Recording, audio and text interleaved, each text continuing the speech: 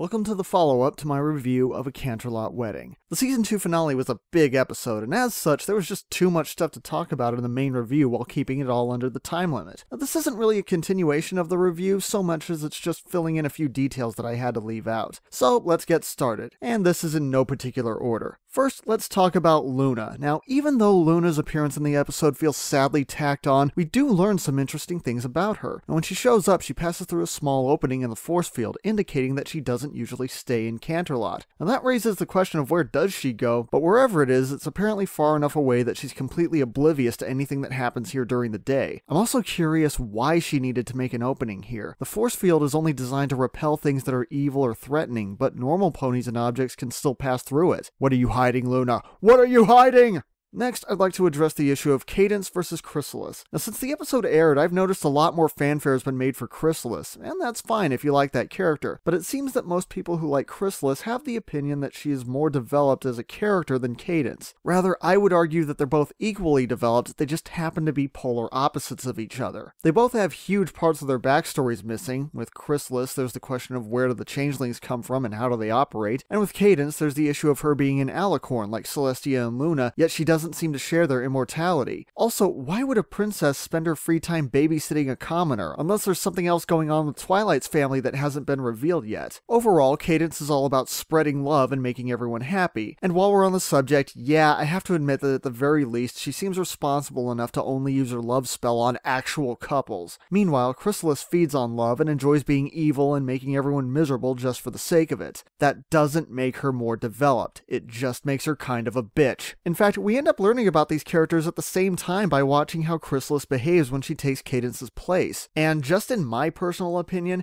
comparing the flashback Cadance with this rude, arrogant bully was what made me want to see the real Cadance come back. And speaking of which, there's the cave scene. Now, one of the issues that many fans have brought up with this scene is, why doesn't Twilight just teleport out of the cave? Well, typically in works of fiction that involve teleporting, the general rule is that you have to know specifically where you are and where you're going. Otherwise, you could end up being merged with a wall or something. When she arrives in the cave though, it's pitch black, so she has no idea where she is. I guess she could just go 1,000 feet straight up and then aim for a better location on her way down, but she still doesn't know what's up there. And what if she goes past the force field and that causes a problem? Again, she doesn't know. Now, I don't know if that's the actual reason it worked out that way. It's just an idea. And now for some general information. Okay, for anyone wondering what the big deal about this character was, this is Wildfire. She's the pony avatar of Sabrina Alberghetti, also known as Sibsy, one of the storyboard artists on the show. Now, Sabrina herself has admitted that anytime she wants a particular character to appear in a particular scene, she pretty much just has to draw that character there and it'll usually happen. So I could argue that it's not all that surprising to see her here, but I think the big deal for a lot of people is that this is an original character who has more of a presence in the online community and is not actually one of the official background characters on the show. And speaking of Sibsy, she also spoke out about another issue with the episode. Now, after the wedding scene, I thought it was great when Pinky suddenly pulled Vinyl Scratch out of nowhere, and then lost my fanboy mind when she took her glasses off. Unfortunately, because she's so tiny in the picture and because all the colors were shaded to reflect the sun going down, this still left a lot of fans debating what color her eyes actually were. Thankfully, Ms. Alberghetti stepped in and confirmed that Vinyl has the same eye color as Rainbow Dash.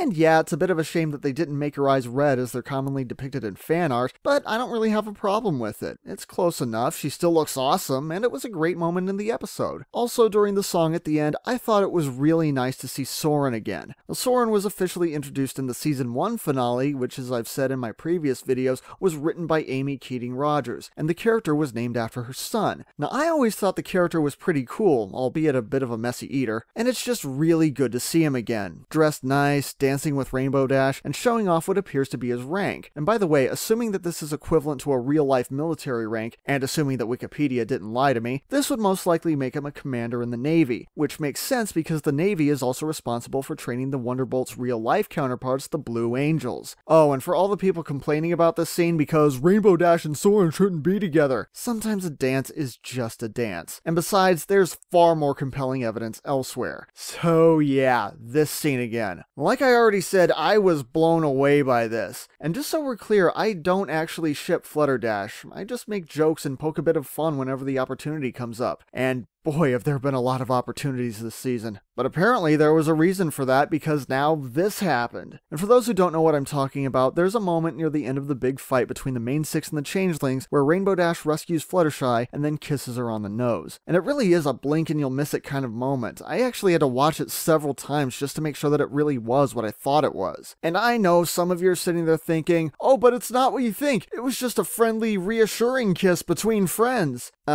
Well, I personally have never had an experience where I got scared of something and then one of my friends said, "Aw, don't worry, it'll be okay, kiss." It doesn't happen, okay? It just doesn't. And if it has happened to you, then you have way better friends than I do. I just can't help but feel like if it hasn't happened already, and I'd be really surprised if it hasn't, sooner or later someone is going to complain about this. You know what I mean, some pissed off parent somewhere is going to pick up on this fraction of a half second of the episode and start writing an angry letter. "Dear Hasbro, I don't want to have to explain to my kids why the one pony kissed the other pony on the nose, especially since the one pony is clearly a gay boy, and I already told them that the gay boys are supposed to like other boys and not girls, damn it!" So, to all of the people at DHX Media who made this happen, let me just say, please, don't take it out, don't change it, just leave it like it is. If this is your artistic vision for these characters, then have the conviction to stand by it. And if it sounds like I'm coming down a bit hard on this, well, it's because I'm still trying to get over the fact that I'm probably never going to hear derpy talk again. I mean, we're talking about a show about love, tolerance, and friendship. I just don't want to see any more of it get censored. And besides, if it really takes Fluttershy to bring out the best in Rainbow Dash after some of the more questionable behavior that she showed earlier in the season, then frankly, I don't see how this would be bad, just so long as it stays positive. I mean, I can't imagine it going in the opposite direction and showing Rainbow Dash bringing out the worst in Fluttershy.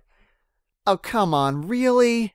Anyway, that's about all I have to say. Thanks for listening to me ramble on more about the episode. I mean, there's just so much here to talk about, and that's one of the reasons A Canterlot Wedding is undoubtedly one of my favorite episodes of the series. In the words of Twilight Sparkle, this was a great wedding. And in the words of Shining Armor, be excellent to each other. And party on, dudes! Later.